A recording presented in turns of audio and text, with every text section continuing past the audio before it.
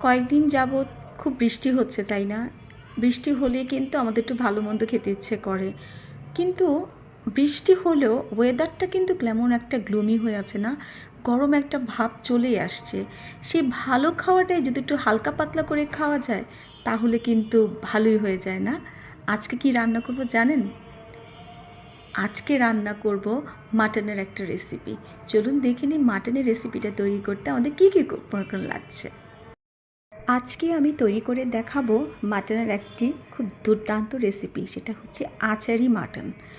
মাটনের আচারি ব্যাপারটা আসে এই কারণেই যে এখানে একটু স্পাইসগুলো ডিফারেন্ট হবে, প্রসেসটা একটু ডিফারেন্ট হবে। তো চলুন দেখে নিই আজকে আচারি মাটন তৈরি করতে আমাদের কী কী উপকরণ লাগছে। প্রথমে মাটনটাকে খুব ভালো করে ধুয়ে নিয়ে আমি একটু জল ঝরিয়ে রেখেছিলাম কিছুক্ষণের জন্য।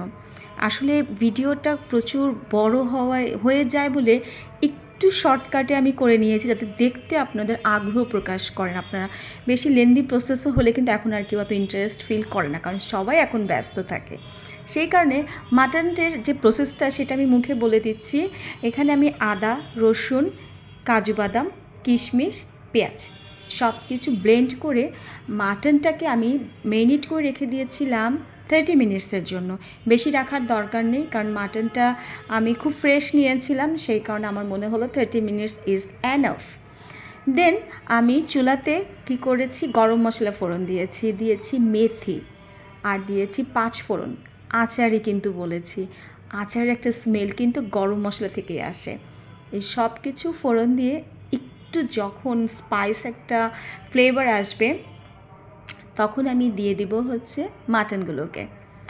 মাটনটাকে একটু ভালো মতো সতে করে এখানে আমি অ্যাড করব একে একে লঙ্কার গুঁড়ো, কাশ্মীরি লঙ্কার গুঁড়ো, জিরের গুঁড়ো, লবণ। আমি এখানে কোনো টক দই, কোনো রকমের ধনের গুঁড়ো, টমেটো পেস্ট কিছু না। আমি চাচ্ছিলাম মাটনটা দিয়ে একটা আচারি ফ্লেভার আসুক, সেই কারণে এই কটা ইনগ্রিডিয়েন্টস দিয়ে খুব ভালো মতো আমি কষে নিচ্ছি।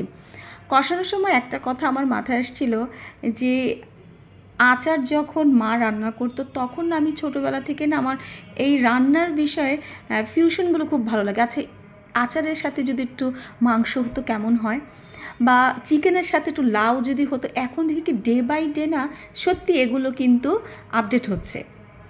আমার ভালোই লাগে যে আমার চিন্তাধারার সাথে এখন রান্নার অনেকটাই মিল পাওয়া যায়। এটাকেই মনে হয় ক্রিয়েটিভিটি বলে। যাই হোক, আমি জানি না আজকে আমার ঘরে এই আমার এই ফিউশনটাকে কতটুকু অ্যাকসেপ্ট করবে, বাট আমার মনে হচ্ছে রান্নাটা ভালোই হবে, এবং আগেও খেয়েছি আমি। আর এই রান্নাটা সত্যি অনেক, বিশেষ করে বৃষ্টির দিনে বা শীতের রাতে আচারি ব্যাপারগুলো খুব কিন্তু ভালো যায়। যাই হোক, কথা বলতে বলতে আমি এখানে দিয়ে দেব আলু আর আস্ত রসুন। আস্ত রসুন দেওয়ার ব্যাপারটা কেন আসছে, আস্ত রসুনের এই যে একটা আচারি ভাব, সেটা কিন্তু দ্বিগুণ বাড়িয়ে দেবে। এই কারণে আমি আস্ত রসুন দিয়েছি। আলুটাকে ভেজে নিই, কারণ হঠাৎ করে ছেলে এসে বলল আলু দাও, আমি ভেবেছিলাম আলু দেবো না, কিন্তু তাদের ব্যাপার তো আমাকে মাথায় রেখেই রান্নাটা করতে হয়, তাই না? তো সেই কারণে আলু আর রসুনটা দিয়ে ঢাকা চাপা দিয়ে কিছুক্ষণের জন্য আমি রান্না করব। যখন একটু তেল ভেসে উঠবে, এখানে আমি গরম জল অ্যাড করব। আমি বারবারই বলি, আমার রান্নায় কিন্তু সবসময় গরম জল যায়।